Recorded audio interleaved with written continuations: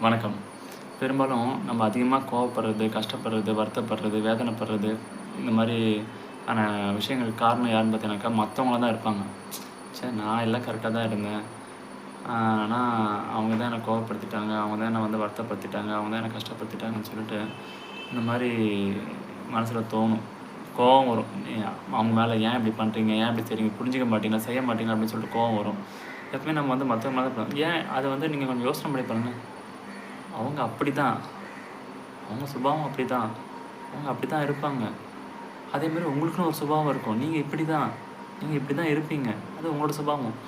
உங்களோட சுபாவத்த நீங்க மாத்திக்க மாட்டீங்க. மத்தவங்களும் அவங்க சுபாவத்த அவங்க மாத்திக்க மாட்டாங்க. ஆனா, நம்மள மாரியே அவங்களும் இருக்கணும். இல்ல அவங்கள மாரி நாம இருக்கணும்னு சொல்லிட்டு 2 பேருமே வந்து ஒரே மாரி நெனைக்கிறோம். ஆனா, யார மாரியும் யாராலயும் இருக்க முடியாது. நீங்க எப்படி தனிப்பட்ட ஒரு வித்தியாசமான கேரக்டரோ, அதே மாரி தான் எதிராளியும். அவங்களும் தனிப்பட்ட வித்தியாசமான கேரக்டர் தான். நீங்க வந்து உங்கள புரிஞ்சுக்கோங்க, அவங்கள புரிஞ்சுக்கோங்க. கோவம் வராது, வலி வராது, வேதனை வராது. அது எப்படி கடந்து போகணுன்றதுக்கான யோசனை மட்டும் செய்தா மட்டுமே போதுமானது. இப்போ நம்ம என்ன பேசிட்டு இருக்கோம்னாக்கா, விளக்கு வச்ச நேரத்தில வந்து என்னலாம் செய்யக்கூடாது, பண்ணக்கூடாதுன்ற அந்த காலத்தில சொல்லுவாங்கன்றத பத்தி பேசிட்டு இருக்கோம். அதில வந்து பார்த்தீங்கன்னாக்கா, விளக்கு வச்ச நேரத்தில தூங்காதன்னு சொல்லுவாங்க, விளக்கு வச்ச நேரத்தில அழாதன்னு சொல்லுவாங்க, விளக்கு வச்ச நேரத்தில வந்து தப்பு தப்பான வார்த்தைகள் அரசொல்னாக்கா வந்து அ இந்த தப்பான வார்த்தைகள்லாம் பேசாத அப்படின்னுவாங்க. என்னது எதிர்மறையான சொற்கள்லாம் பேசாதன்னு சொல்லுவாங்க. இதுக்கான காரணம் என்னக்கா, நம்ம வந்து விளக்கு வச்ச நேரத்தில அப்போ தான் வந்து என்ன ஆகும்னாக்கா, வீட்ல எல்லாரும் வந்து அடங்குற நேரம்.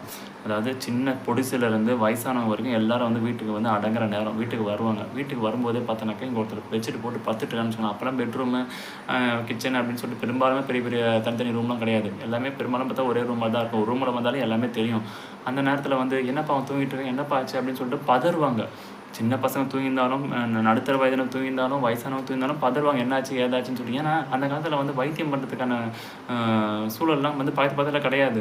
என்னாச்சு? ஏதாச்சுன்னு பயப்படுவாங்க. இந்த நேரத்தில வந்து வெளியில போக முடியாது, போய் என்னன்னு பார்க்க முடியாது, வைத்தியர கூட்டிட்டு வர முடியாது அப்படின்னு சொல்லுவாங்க. பக்கத்துல இருப்பாங்களா? இருக்க மாட்டாங்களான்னு தெரியாது.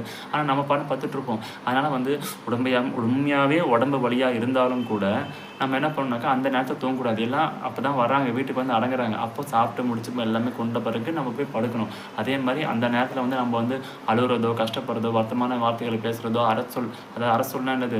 இந்த எதிர்மறையான சொற்கள் பேசுறது எல்லாம் தவிர்க்கணும். ஏன்னா குழந்தைங்கலாம் இருப்பாங்க. அவங்கலாம் கேட்பாங்க. அவங்கலாம் கஷ்டப்படுவாங்க. பெரியவங்க இருப்பாங்க. அவங்களும் கேட்பாங்க. அவங்களும் கஷ்டப்படுவாங்க. யாருக்குமே கஷ்டத்த குடுக்கக்கூடாது. அதனால வந்து எப்பவுமே நேர்மறையான சொற்களா பேசணும். நல்ல நல்ல சொற்களா பேசணும். உண்மையாவே கஷ்டமா இருந்தாலும் எல்லாரும் அடங்குன பிறகு அப்புறம் போய் படுக்கணும். வேற வழியே இல்ல படுத்துட்டு இருக்காங்கனாக்கா, ஆமா அப்ப உண்ம தானே, வலி தானே, புரிஞ்சுக்கோங்க, நடந்துக்கோங்க.